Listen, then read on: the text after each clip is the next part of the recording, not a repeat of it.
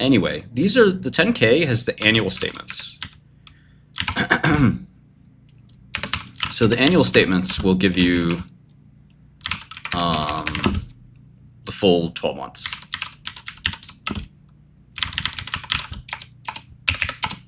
And you can see they grew revenue from 7 billion to 8 billion to 9 billion. So pretty good.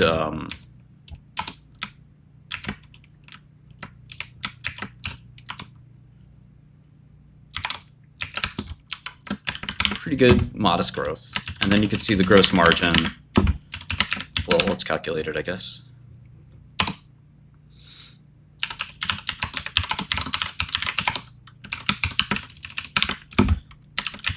Is it actually low? And then it, wrong number. There we go. Okay.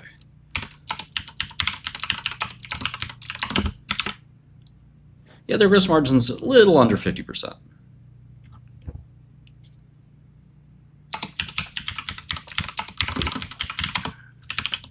Okay, so 46, 47, 49.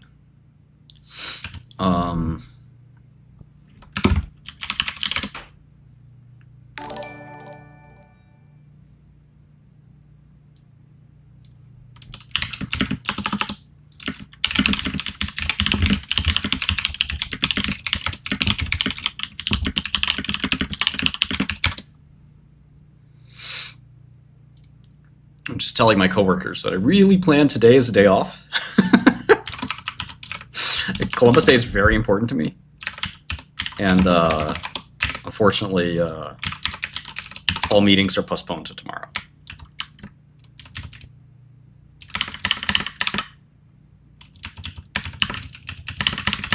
Okay, so now we have the annual picture. We just looked at a quarter for Cintas, and now we have the annual picture, which is a lot more interesting. We have 2022, 2023, and 2024. And there's a lot more data here. So we can see that the gross profit, which is, again, the cost after actually making the uniform, the profit left over after the cost of making the uniform, 3 or 4 billion, then 4 billion, then 4.5 billion. Pretty good. And then after the costs of running the business, well, what's that? Salespeople. That's salespeople. That's lawyers. That's accountants. That's all kinds of folks like that.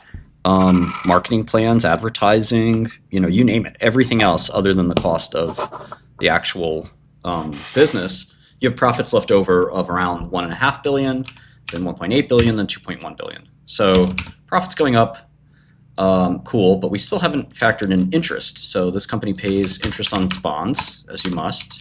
If you're going to issue bonds, you're going to pay interest on them. So they lose a little money there. They also make a little bit money on the cash that they own, but they don't make too much on that, apparently.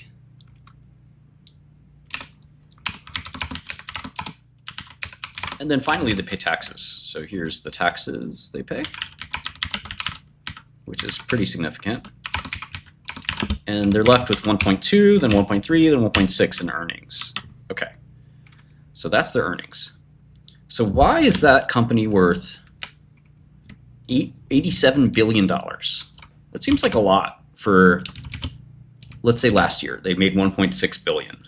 So how many years would it take for you to get your money back?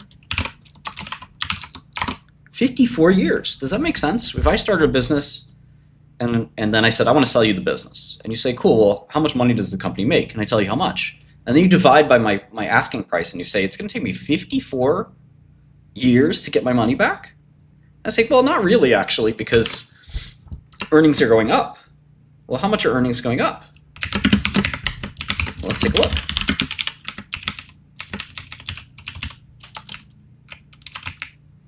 Net income, at least, went up by 9%, then it went up by 17%.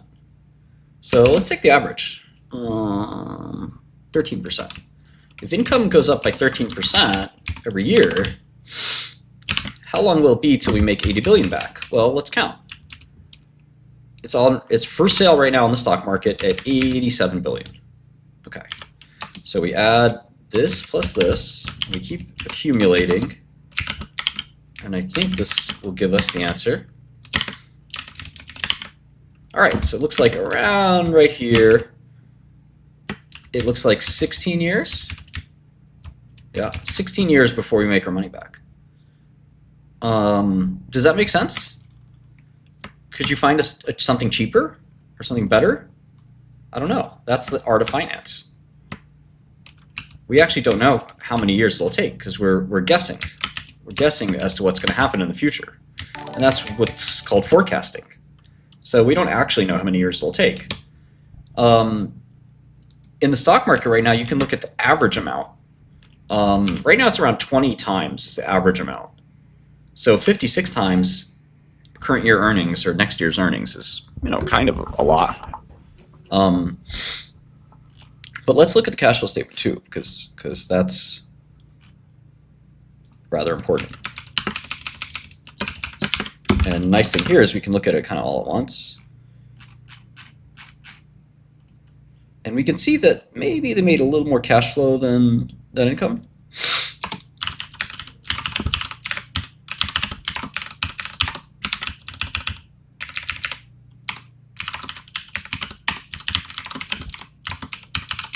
Or maybe not. We'll see. So roughly the same. Net income looks like it tracked free cash flow pretty well. So they do have a monopoly.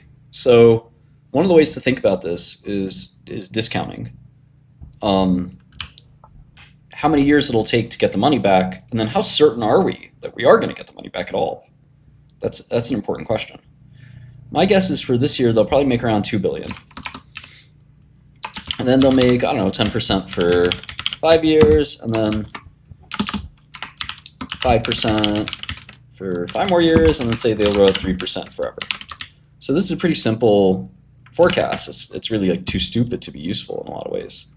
But I'm providing this forecast, which normally we should do by looking at the industry, how much is the industry growing, what kind of margins can they have in the future, things like that. But I'm just going to do this discount rate. And so what's interesting about this is I can discount future cash flows, and this is something every finance student learns how to do. And I get 53 billion. If my forecasts, which are really conservative, if my forecasts come true, I get 53 billion, which is less than 87 billion. So we're using the basic tool of finance to sort of decide, well, is this the right price that I want to pay for the stock? Now, more realistically, the company will grow like this.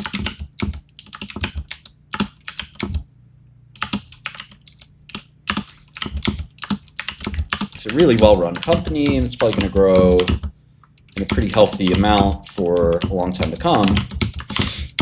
They have all kinds of tools to grow, including acquisitions. And now if I do the NPV, it's almost exactly the same as the stock price, which is kind of crazy. And now if I change the discount rate, in forecasting, unfortunately we kind of have to make assumptions. But if I change the discount rate, say to 7,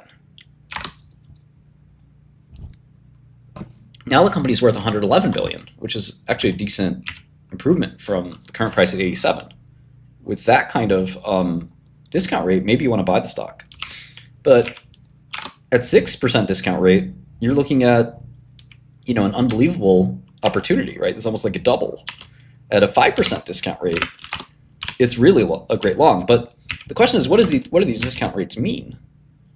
You're basically saying that I'm counting this year of net income of 2.3 billion. I'm only discounting that by 5% 2 times. So I'm treating this like I already have 2.1 billion. That may sound okay. But what about this year of net income? I think I'm going to get 2.6 billion in 2027, but I'm going to count it as if I already have gotten 2.2 billion. Well, that's 3 years from now. Is 5% the right number? And this lets us, by changing this, it lets us decide how much are we going to count on those cash flows from the future. And unfortunately, at the very bottom, inflation is 3%. So we have to discount by at least inflation, right? And then we have to discount at least by something called equity risk premium, because these cash flows are not guaranteed to us. Yes, we're part owner of the company, but there's a lot of issues. We have debt. Those are those cash flows, for example, are guaranteed to the bondholders by law. Our cash flows are not really guaranteed to us until we pay the bondholders. So a lot of people say there's an equity risk premium, and that's like 3 or 4%. Then we have a risk related to just this company. And even though Cintas is a really great company, well, they only really do uniforms. So at the end of the day, it's not like they have a really diversified business where like they're doing 100 different things. They make uniforms, and the uniform business could not go great. Something could change in the uniform industry. Maybe robots take over for workers that need uniforms, and now all of a sudden the need for uniforms is going to decline. And when we're going to tell our kids, back in the day, there used to be something called a uniform, the kids are going to be like, wow, that's crazy. Everyone at Best Buy wore the same thing. And that's something that, who knows, maybe that'll be the future and we won't need uniforms. So the risk to the company is probably higher than your average diversified company. So that's something to sort of think about.